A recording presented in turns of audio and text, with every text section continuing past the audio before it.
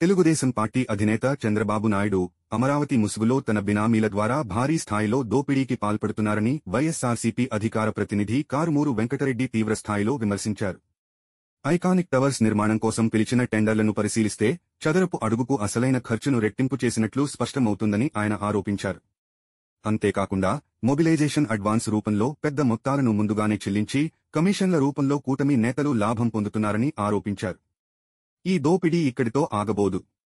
చంద్రబాబు దోపిడీకి వ్యతిరేకంగా ప్రజలు త్వరలోనే గట్టి బుద్ధి చెబుతారు అని వెంకటరెడ్డి హెచ్చరించారు. అమరావతి ప్రజల న్యాయహక్కుల కోసం వైఎస్సార్సీపీ పోరాటం కొనసాగుతుందని చెప్పారు. చంద్రబాబు నాయుడు గారి ప్రభుత్వం, చంద్రబాబు నాయుడు గారు వాళ్ళ బినామీలకి ఎలా దోచిపెడతా ఉన్నారు, ఈ ప్రభుత్వంలో అడ్డగోలుగా దోపిడీ ఎలా జరుగుతుందో మనం అనేక సందర్భాల్లో చూసాం. ఈ 11 నెలల కాలంలో అంతకుముందు 2014 టు 2019 మధ్య కూడా ఇలానే ఏ విధంగా దోపిడీ చేశాడో చూసాం. ఇప్పుడు అంతకు రెట్టింపు దోపిడీ ఇప్పుడు జరుగుతా ఉంది.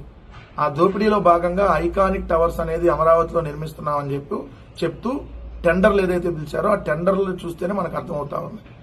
ఎందుకంటే మొన్నటికి మనం చూసాం కిలోమీటర్ రోడ్డు వేయడానికి 63 కోట్లు అని చెప్పి.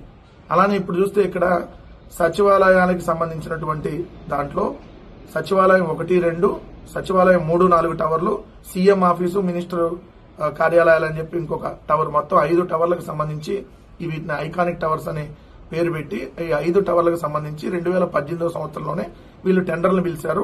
2018 ఏప్రిల్ 26న ఒక చదరపు అడుగు 4,350 రూపాయల ఖర్చుతో 2,271 కోట్లు ఖర్చు అయింది మొత్తం అని ఈ 5 టవర్లకి. 2,271 కోట్లు అని చెప్పి ఆ రోజు చెప్పి ఇప్పుడు దాన్ని 4,688 కోట్లకు పెంచుతూ చదరపు అడుగు 4,350 నుంచి 8,981, అంటే దాదాపుగా 9,000 ఒక చదరపు అడుగు అయ్యిద్ది ఖర్చు అని చెప్పి 4,688 కోట్లకి టెండర్లు పిలిచారు. 10% మొబిలైజేషన్ అడ్వాన్స్లు కూడా ఇచ్చారు. ఈ రాష్ట్ర చరిత్రలో మొబిలైజేషన్ అడ్వాన్స్లు ఇవ్వడం ఎక్కడా ఉండదు, ఎక్కడా లేదు, జరగలే. ఫస్ట్ టైం మొబిలైజేషన్ అడ్వాన్స్లు ఇచ్చి 8% మళ్ళీ కమిషన్ రూపంలో వెనక్కి తీసుకునేటటువంటి కార్యక్రమం. ఈ దోపిడీ ఎంతటితో ఆగిద్దా అంటే ఎంతటితో కూడా ఆగదు. ఇంకా అందనంత ఎత్తులో ఆకాశమంత దోపిడీగా దీన్ని మనం చెప్పుకోవచ్చు. ఎందుకంటే అంతకుముందు కూడా మనం చూస్తే తాత్కాలిక సచివాలయం నిర్మాణానికి అప్పుడు చదరపు అడుగు 3,350 రూపాయలు అయ్యిద్దని చెప్పి 201 కోట్లే అని చెప్పి ముందు ఇచ్చారు. ఇచ్చిన తర్వాత 1,151 కోట్లుగా దాన్ని చూపించి బిల్లులు కూడా చెల్లించారు. ఇది షాపూర్జీ, పల్లంజీ అండ్ ఎల్ఎన్టీలకి చెప్పిందేమో 201 కోట్లు అయ్యిద్దని, 1,151 కోట్లు అయిందని చెప్పి బిల్లులు చూపించి చదరపు అడుగు 19,183 రూపాయల చొప్పున చెల్లించారు. ఆ రోజుల్లో ఎంత అడ్డగోలు దోపిడీ చూడండి.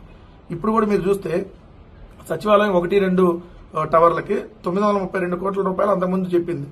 ఇప్పుడు దాన్ని 1,698 కోట్లకి ఇచ్చారు.